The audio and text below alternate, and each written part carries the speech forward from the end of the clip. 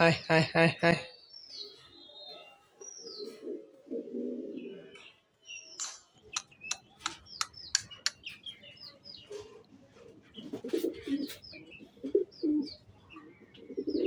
High high high high.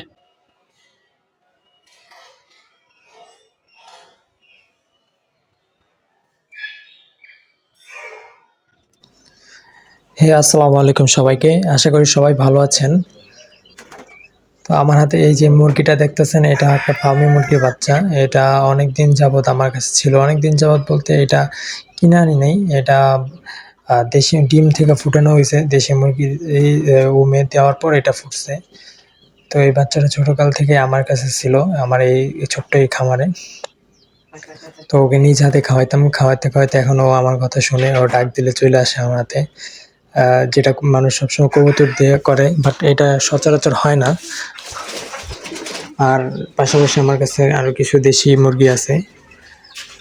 তো এই আমার কবুতরের ঘর এবং মুরগির ঘর। তো এইখানে নতুন কিছু করার চেষ্টা করছি। তো আপনারা সবাই সহযোগিতা করবেন এবং পরামর্শ দিবেন যে এই ছোট ঘরে আর কি করলে আমার জন্য ভালো হবে, কিভাবে নতুন কিছু করার চেষ্টা করা যায়। এখানে ৪-৫টা দেশি মুরগি আছে, আরও আমার ৫-৬টা ফার্মি মুরগি আছে। তো আস্তে আস্তে খামার বড় করার চেষ্টা করছি।